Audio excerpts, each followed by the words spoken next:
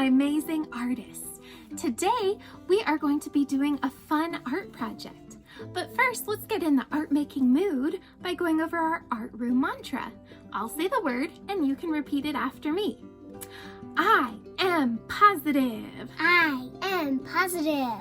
I am creative. I am creative. I am mindful. I am mindful. I am amazing. I am amazing. I am an artist. I am an artist. Awesome. So listen to see what we're gonna do. Today, you're going to do a fun art activity that will require you to find some sort of image that you can complete. So I found an image of a barn with a landscape, and I made sure to make it smaller than my piece of paper. I glued it on my piece of paper and finished the image around it. So you could finish it how you think it might really look, or you could get creative and add something wild. Like maybe in the land over here, I might fill that field there with unicorns or dragons. So you can get as creative as you want. Now your picture does not have to be a landscape. It could be a picture of anything that you want or anything that you can find.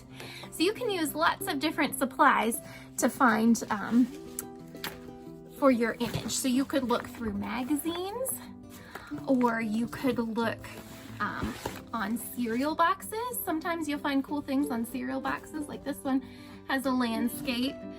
This one has a kid reaching for a bowl of cereal. I could cut this out and finish that image. You could even find something like an old postcard or even a printed out photograph. Just make sure you have your parents' permission to glue it onto your paper or to cut it out before you do so. So have a look at the video and I'll show you how I created my image. But remember, yours doesn't have to be the same as mine. It's whatever you find. It could even be a person. If you do a person and you want to make it even more challenging, you could cut out half of the face and try and finish the other half yourself. So you can do anything that you find interesting. After you finish, make sure you upload a picture of your art to show to me, because I would really love to see what you create. For our lesson today, you're just going to need about 4 supplies. You're going to need a piece of paper, a pencil, some type of coloring supplies. It could be colored pencils, it could be crayons, or you could even use paint if you have that at home. The other supply you're going to need is you're going to need some sort of picture. So you could find a printed picture from a magazine. So you could flip through a magazine and with your parents' permission, cut a page out of the magazine. You could take a picture that's a photograph with your parents' permission, a postcard, or even just a cereal box. So this cereal box has a nice landscape on it, on the front and the back. This one has an image with a child. So what you're going to be doing is you're going to find a picture that you like and you're going to cut that out and attach it onto your paper, into the center of your paper. When I was ready to create, I looked through several different magazines and postcards and greeting cards until I found an image that I liked. Then I cut the image just a little bit smaller, cutting off part of the original image so that I could draw the image myself. So when you're drawing your own part of the background, you want to make sure you match up the lines with the original image. So I made sure to match up the lines of the clouds and the mountains and the barn so they touched where those lines ended on the original image. Then you want to try and match the colors as close as you can to the colors in the original image when you start to color it in. I wanted to talk about a way to hold your colored pencil where you can color a little faster than how you normally hold it, like you're going to be writing words or drawing details. This is how you would normally hold your pencil, between your thumb, your pointer finger, and your middle finger. And that gives you a lot of control for small detail. But when your pencil's sharp, you want to use the longest edge of the pencil for shading.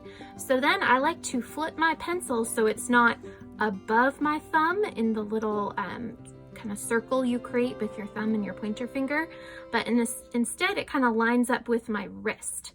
So it's like if I lay my hand flat like this to line it up with my wrist, and then I pinch it between my pointing finger and my thumb, and then kind of rest all my other fingers down the length of it like this. So they're all in a row. Then I kind of nudge my hands down, flip my thumb then to the top. And so I'm holding it with my thumb on the top and my pointer finger on the top, I'm sorry. And then flip it over so my pencil goes all the way down my wrist, and flip it over. Then you can lay it more flat on your paper and you can get a thicker line when you're coloring.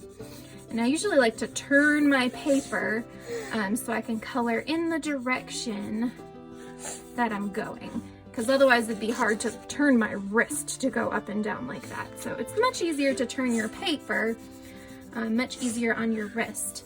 And then you can get a nice thick line as you color. So give that a try, see how it feels.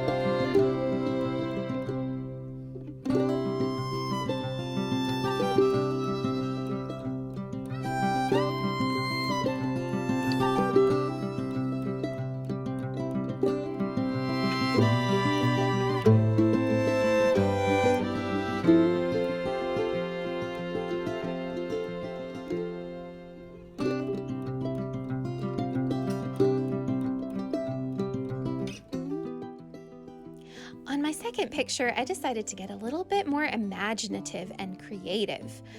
When I was cutting out my picture, I cut out the little boy that was holding hands with the woman, and instead I replaced him with a mermaid. When I added in the mermaid, I wanted to make sure that her hand matched up with the hand of the little boy from the original image. So whatever you add, you want to make sure that it matches up and it makes sense with the original picture. Thank you for making your art project with me. I hope you had a lot of fun. I can't wait to see what you create.